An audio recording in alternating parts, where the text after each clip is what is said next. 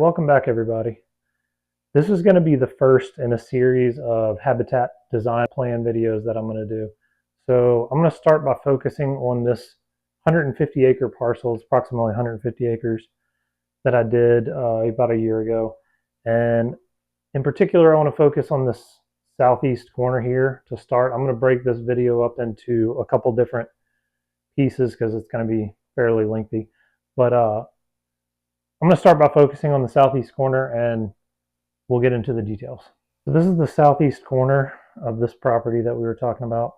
And there are a lot of things that we wanted to set up in this section of the property. Now, as you can see, there's already a lot of edge features. There's variations in terrain. So we wanted to take advantage of all these aspects of the property. And so how do we go about maximizing the efficiency and create a minimal impact in terms of our access, attractiveness, using the wind, using the terrain? All of these aspects need to be taken into account. So for this property, his only access is coming in from the south. So down here on this property, he had a road that comes in through the hayfield at the bottom. And so essentially he could come up the edge of this hayfield. I mean, he could access in the woods, but we want to maximize the huntability of this section of the property. So how do we do that? Now, obviously, this open area here is a good candidate for a food plot. He was already thinking about developing that as a food plot anyway, but it's open space. It's a little more centrally located. It's not down here, at the very entrance. So how can we make this an effective food plot where he's not alerting the deer every time he's coming in to hunt? So the way we're going to do that, let's just go ahead and map out the perimeter of the plot as we laid it out in the plan.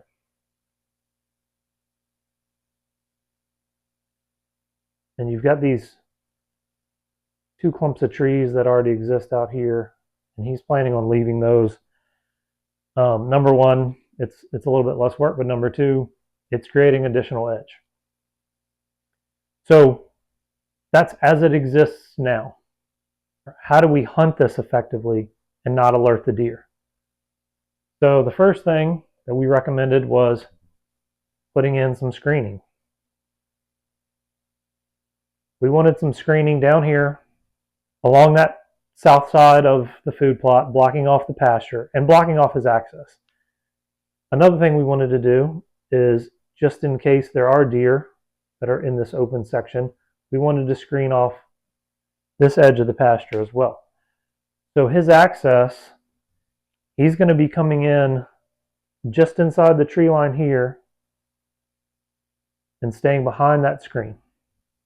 So that's step number one. We're screening off his access. We're not alerting the deer in terms of visibility and sound as well. It should be pretty quiet access. In terms of wind, obviously, you're going to want to hunt with the wind in your favor. Hunting this food plot sets up perfectly for a north wind. Anything coming from the north, he can slip in undetected. Like I said, there's a hayfield down here to the south, so there shouldn't be any deer to the south. So he's coming in with the wind in his face. He can even hunt it, with let's say a northwest wind, and his scent will be blowing back out towards that little like drainage pond. These are all these ponds are just low-lying areas. He could also hunt it with a northeast wind, as long as he's setting up, in this vicinity of the food plot, which is what we recommended.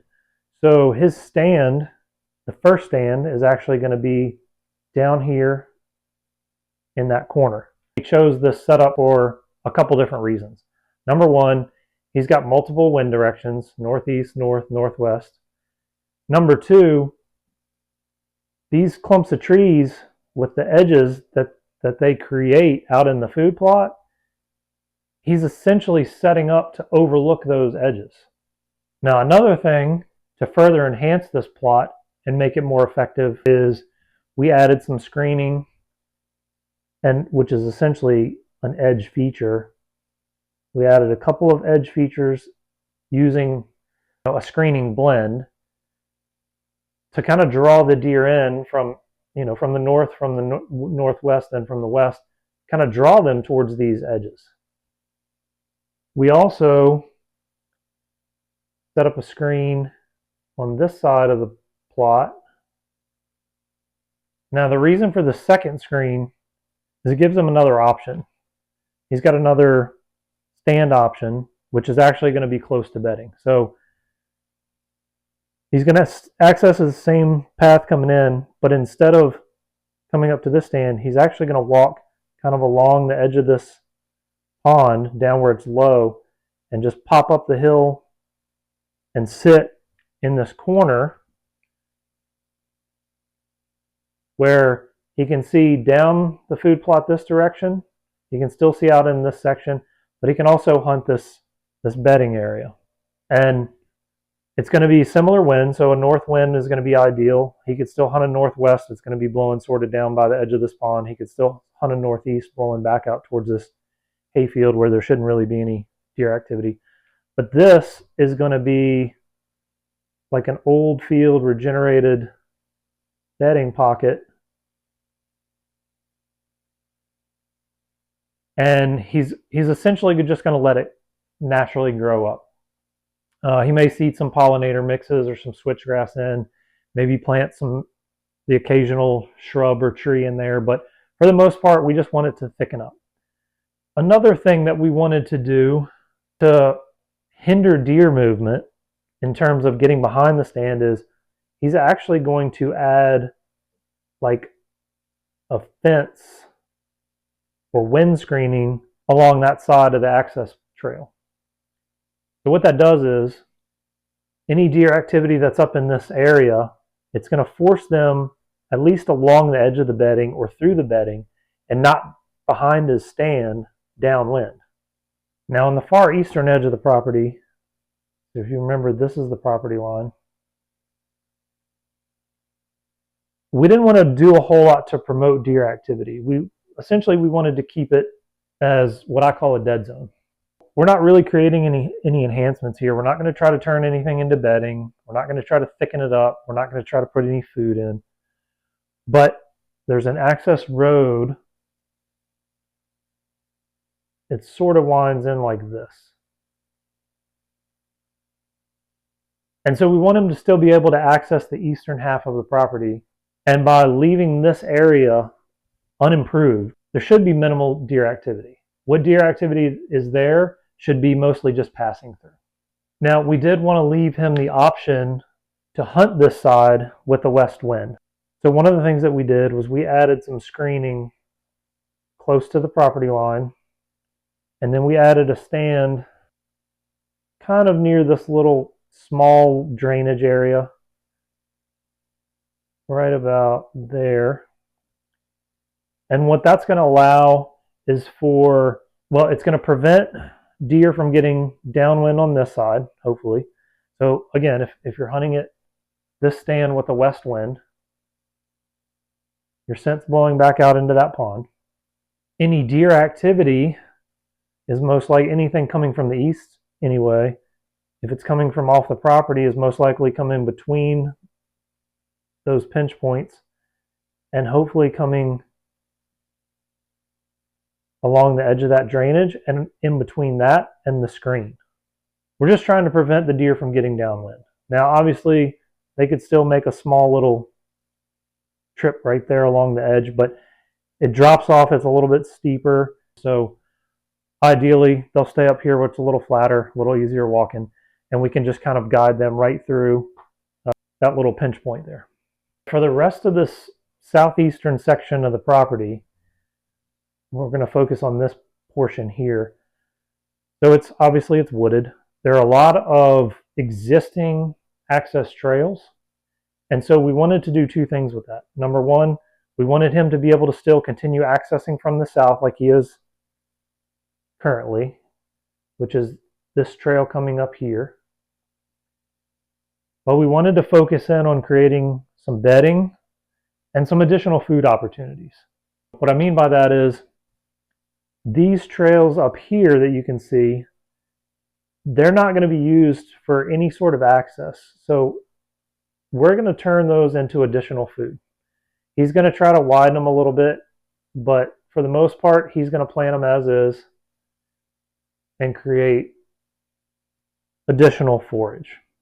So that's going to create some paths of movement. It's going to give him more food. It's going to allow him to hunt it with similar wind from the north, northwest, northeast. Ideally, he's going to get in.